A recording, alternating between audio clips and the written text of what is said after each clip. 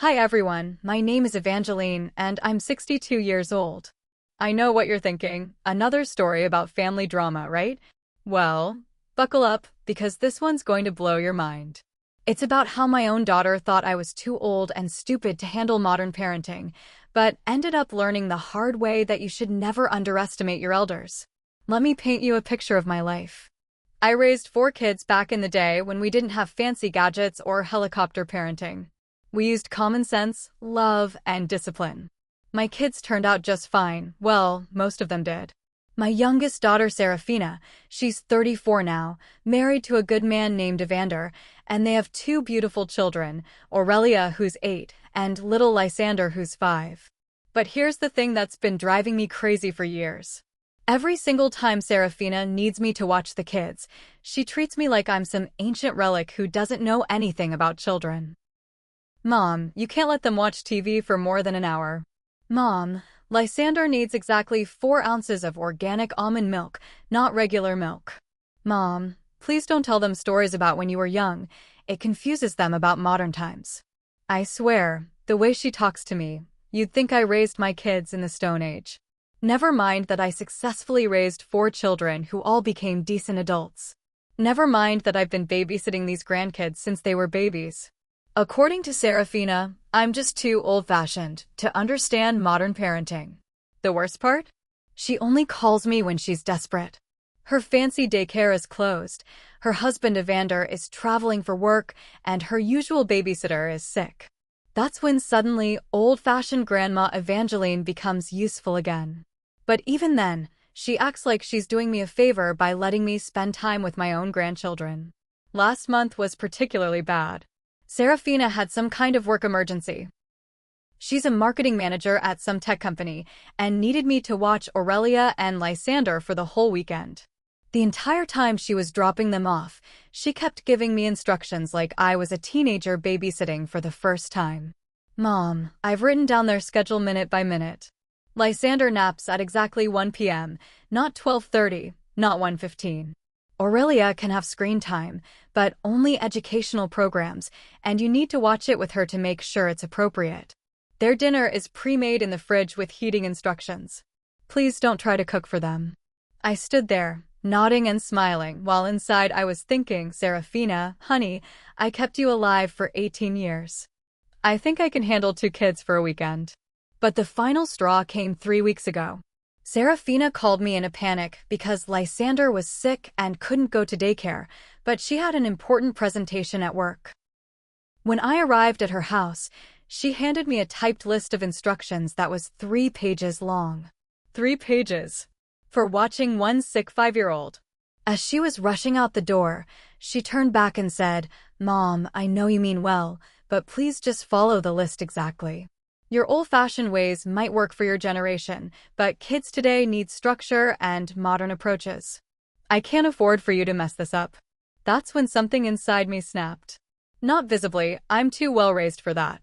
But inside, I decided that maybe it was time for my dear daughter to learn that being old doesn't mean being stupid, and being traditional doesn't mean being wrong. I had no idea how soon that lesson would come. 2 weeks later, Serafina called again. Surprise, surprise, another babysitting emergency. This time, her regular sitter had quit suddenly, and she needed me to watch both kids after school until Evander got back from his business trip. She'd be working late again, some big client meeting that could make or break her career, blah blah blah. When she dropped off Aurelia and Lysander that Tuesday afternoon, she was even more frantic than usual. She barely stayed 5 minutes, just enough time to remind me about homework schedules, snack portions, and bedtime routines. As she was flying out the door, checking her watch and mumbling about traffic, I heard her phone buzz on the kitchen counter. Serafina. I called out, your phone. But she was already backing out of the driveway, late as always. I picked up the phone, thinking I'd call her work number, but then Lysander started crying about a scraped knee, and Aurelia needed help with math homework. I set the phone aside and forgot about it. The kids and I had a wonderful afternoon. We did homework together, the old-fashioned way, with me actually sitting with them and explaining things instead of just Googling answers. We made cookies from scratch, which apparently broke about 7 of Serafina's nutrition rules, but the kids were thrilled. We played board games, built a fort in the living room, and I told them stories about their mother when she was their age. Around 6 p.m., while the kids were watching a movie, yes, more than the allowed hour of screen time, Serafina's phone started buzzing like crazy. At first, I ignored it. It wasn't my business, and I figured it was just work stuff. But the notifications kept coming, one after another, and the preview messages kept flashing on the screen. I wasn't trying to snoop, I swear. But when you're sitting right next to a phone that's lighting up every 30 seconds, it's hard not to notice. The first few messages I saw were work-related, just like I expected. But then I saw a name that made me pause: Thaddeus. Now I know most of Serafina's friends and colleagues. Evander and she have had dinner parties, barbecues, kids' birthday parties. I've never heard of any Thaddeus. And something about the preview of the message seemed odd. Can't wait to see you tomorrow. Miss your touch. I blinked and looked again. Maybe I read it wrong. Maybe it was a weird autocorrect thing. But then another message came in. Tell me you're thinking about last weekend too. My stomach dropped. I sat there for a full minute, staring at that phone like it might explode. Aurelia called from the living room asking for juice, and I went through the motions of getting it for her, but my mind was racing. There could be an innocent explanation, right? Maybe Thaddeus was a client with poor texting boundaries. Maybe it was some kind of inside joke I didn't understand. Maybe. But then the phone buzzed again, and this time, the preview made my blood run cold. I love you too. Evander suspects nothing. Tomorrow at the usual place. I actually gasped out loud. Lysander looked up from his coloring book and asked if I was okay. I managed to smile and nod, but inside, I felt like I'd been punched in the gut. My daughter, my critical, judgmental, holier-than-thou daughter who treated me like I was too stupid to tie my own shoes, was having an affair. She was cheating on Evander, that sweet man who worked his tail off to provide for their family. She was lying to those beautiful children who thought their mommy was perfect. And she had the nerve to lecture me about morals and proper behavior. I'm not proud of what I did next, but I'm not sorry for it either. I unlocked Serafina's phone. She'd never changed her passcode from the kids' birthdays, which, ironically, was pretty old-fashioned security if you ask me. I told myself I was just going to peek, just to make sure I wasn't imagining things. Maybe there was a context I was missing. Maybe this Thaddeus person was just a very inappropriate friend, and Serafina was handling it badly but not actually cheating. 5 minutes later, I knew the truth, and it was worse than I'd imagined. Months of messages. Photos I won't describe but will never forget. Plans for secret meetups while Evander was traveling. Complaints about her marriage, about how Evander was boring and predictable. Even worse, messages about how she was getting tired of playing the perfect wife and mother. One message thread from just last week made me physically sick. Thaddeus, when are you going to tell him? Serafina, I can't yet. The kids complicate everything. And my mother would have a field day if she knew I was getting divorced. She already thinks I'm a terrible parent. Thaddeus, your mother sounds like a judgmental old bat anyway. You've told me how she tries to undermine you with the kids. Serafina, she is. She's so old-fashioned and stubborn. Sometimes I think she wants me to fail just so she can swoop in and be the perfect grandmother. She doesn't understand that parenting has evolved since the 1980s.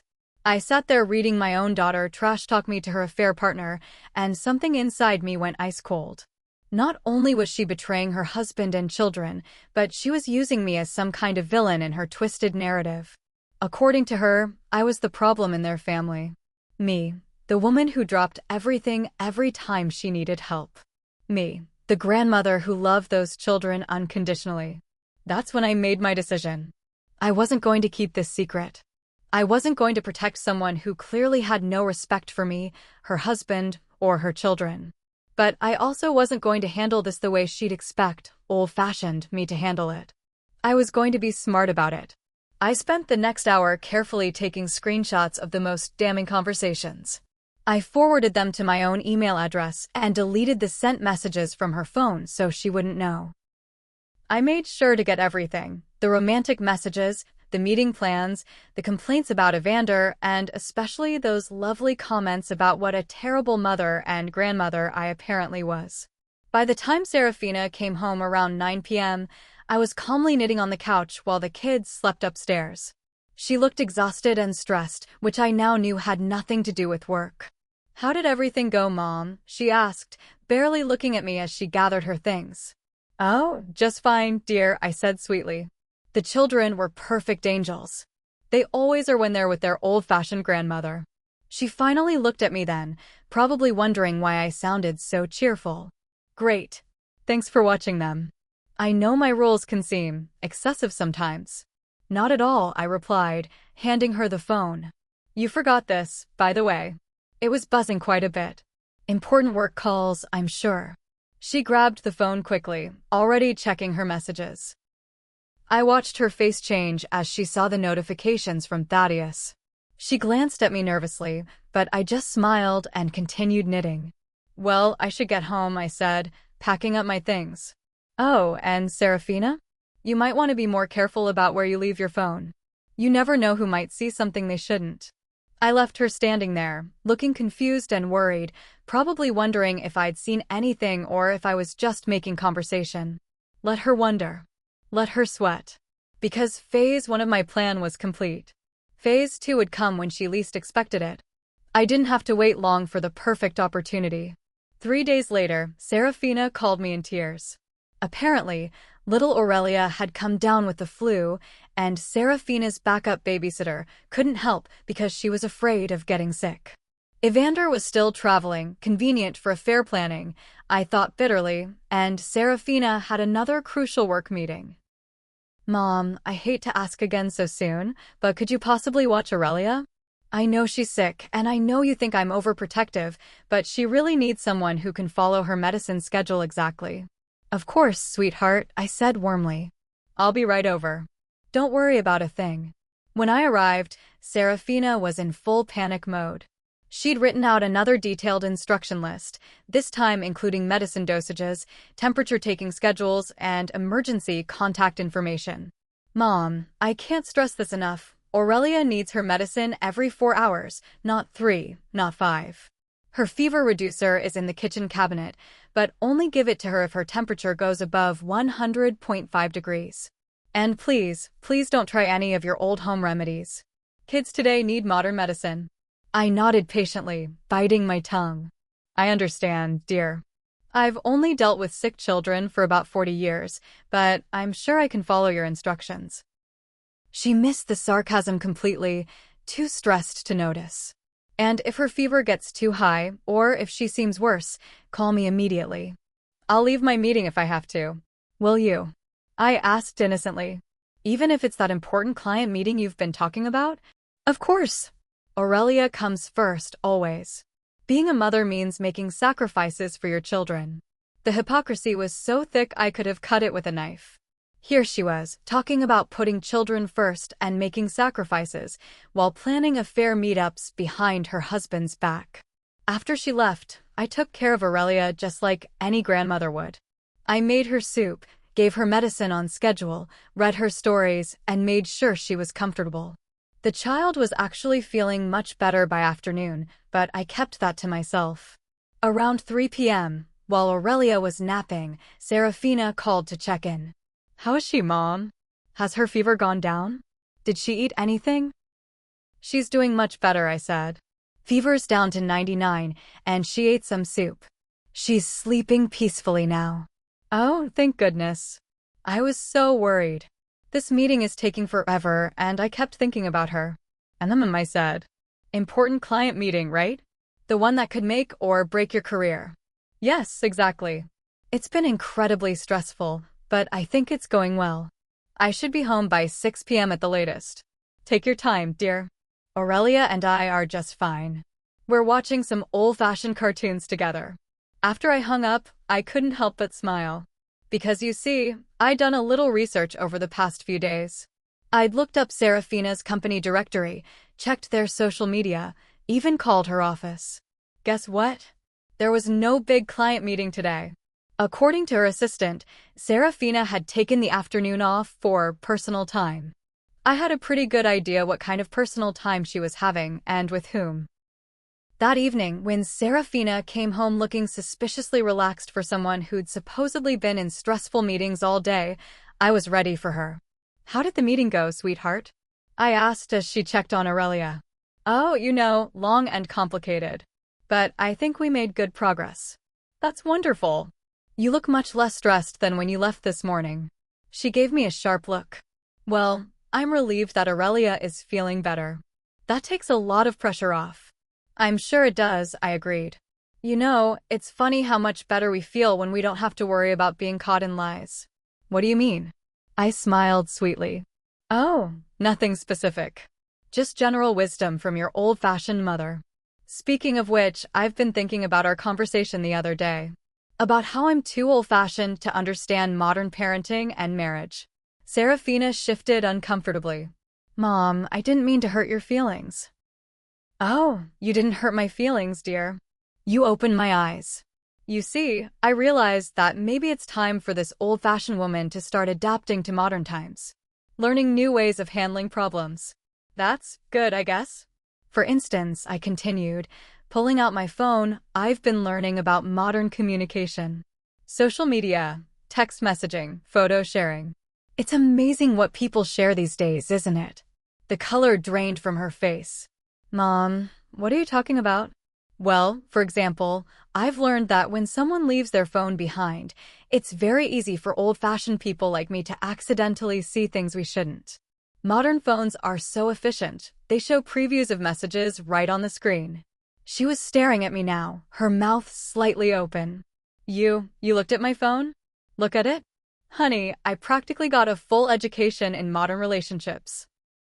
Tell me, is Thaddeus teaching you about contemporary approaches to marriage too? The silence in that room was deafening. Serafina stood there, opening and closing her mouth like a fish, while I calmly put my phone back in my purse. "Mom, I can explain." "Can you?" I asked, my voice still pleasant but with steel underneath. "Can you explain how you've been lecturing me about modern parenting while you're busy destroying your children's family? Can you explain how you've been criticizing my old-fashioned values while you're lying to everyone who loves you? You don't understand. My marriage, it's complicated." "Complicated?" I stood up, and for the first time in years, I let my daughter see exactly how angry I was. "Serafina, I've been married to your father for 40 years. I understand complicated things.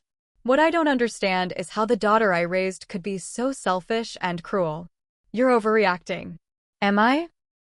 "Let me tell you what I found on that phone of yours. Months of messages with this Thaddeus person. Photos that would make a sailor blush. Plans for secret meetings while your husband is working to support this family. And my personal favorite, long conversations about what a terrible, old-fashioned mother you have." She sank into a chair, her face white. "Mom, please." "Please what? Please keep your secret? Please let you keep destroying your family while you pretend to be the perfect modern mother? Please let you keep treating me like I'm too stupid to understand anything." I pulled out my phone again. You know what's really modern, Serafina? Email. Screenshots. Digital evidence. Amazing how easy it is to document everything these days. What did you do? What I should have done years ago. I stopped being the doormat grandmother who takes your abuse with a smile. I documented everything. Every message, every photo, every nasty comment about your husband and children and mother. You wouldn't. Wouldn't what? Tell Evander? Why not? He deserves to know what kind of woman he married. Those children deserve to know why their family is about to fall apart.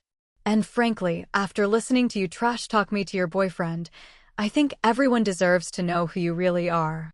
Serafina started crying then, but they weren't tears of remorse. They were tears of panic.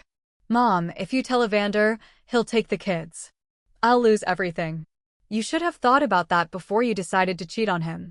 You should have thought about that before you decided to treat your mother like garbage every chance you got.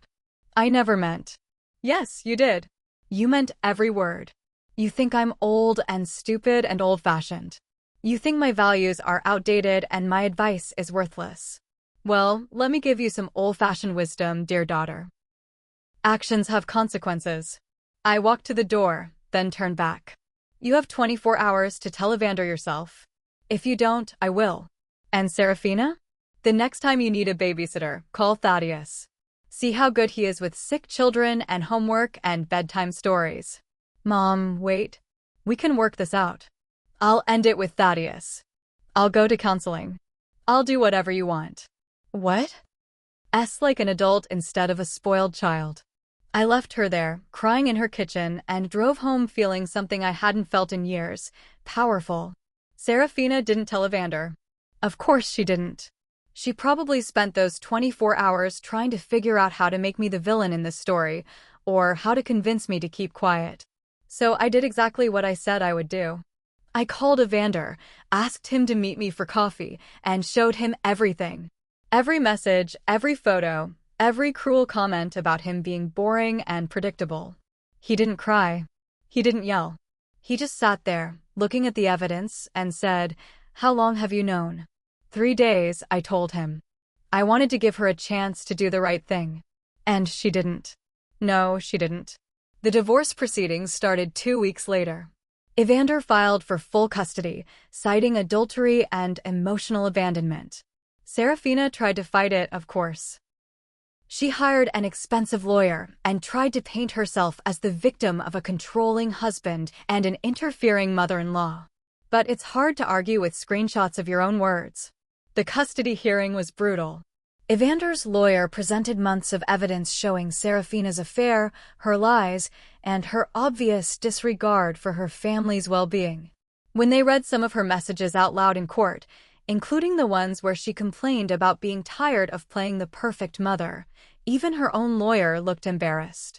In the end, Evander got primary custody. Serafina gets the kids every other weekend and 1 day during the week. She has to pay child support because Evander is keeping the house to maintain stability for Aurelia and Lysander. And me? I'm now the primary babysitter for my grandchildren. Evander works from home as much as possible, but when he needs help, he calls his old-fashioned mother-in-law who apparently knows a thing or two about raising children after all. The kids are adjusting well. It helped that I was honest with them in age-appropriate ways. I didn't tell them about the affair, but I explained that sometimes grown-ups make bad choices that hurt the people they love, and that sometimes families have to change to keep everyone safe and happy. Aurelia, who's 8 and scary smart, asked me one day, "Grandma Evangeline, is Mommy in trouble because she was mean to Daddy?" "Your mommy made some choices that hurt people," I told her. "But you and Lysander are not responsible for grown-up problems. Your job is just to be kids. Are you mad at Mommy?" I thought about that for a long moment. I'm disappointed in her. But I love her and I hope someday she'll learn from her mistakes. Will you still take care of us? Always, I promised.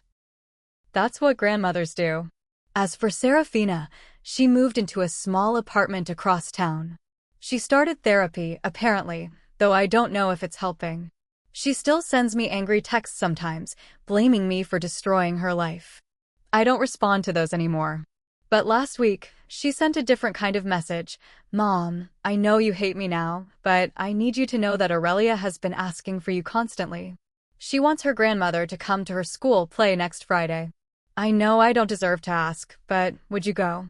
I did go to that play. I sat in the front row and cheered when Aurelia delivered her lines perfectly. After the show, she ran up to me and hugged me tight. "Grandma, did you see me? Did I do good?" "You were perfect, sweetheart. Absolutely perfect." Serafina was there too, sitting in the back. When our eyes met, she looked away quickly. She looked thin and tired, and for a moment, I felt sorry for her. But then I remembered those text messages, the lies, the way she'd treated her family, and the feeling passed. Some people might think I was too harsh. Some people might say I should have minded my own business or handled it differently. But here's the thing about being old-fashioned. We believe that actions have consequences. We believe that marriage vows mean something. We believe that children deserve parents who put them first. And we definitely believe that you don't get to treat your elders like garbage and expect them to keep your secrets. My daughter learned the hard way that underestimating someone because of their age is a dangerous game. She thought I was too old-fashioned to understand modern problems, too naive to use modern technology, too weak to stand up for myself. She was wrong on all counts. These days, when people ask me for advice about family problems, I tell them what my own mother told me years ago. Just because someone is younger doesn't mean they're smarter. Just because something is modern doesn't mean it's better. And just because you've always been the peacekeeper doesn't mean you have to keep the peace when there's a war going on. I'm 62 years old, I'm old-fashioned, and I'm proud of it. I believe in loyalty, honesty, and treating people with respect. I believe that families should protect each other, not tear each other down. And I believe that sometimes, the kindest thing you can do for someone is to let them face the consequences of their choices. Serafina is still my daughter, and I still love her. But she's no longer the person I trust with my grandchildren's well-being, and she's no longer someone who gets to treat me with disrespect. Maybe someday she'll understand that being old-fashioned isn't about being stuck in the past. It's about holding on to values that don't go out of style. Values like integrity, respect, and putting your children first. Until then, I'll keep being the grandmother Aurelia and Lysander deserve. I'll keep using my old-fashioned wisdom to help them navigate this modern world. And I'll keep being living proof that you should never, ever underestimate someone just because they've been around long enough to know better. After all, we old-fashioned grandmothers didn't survive this long by being weak.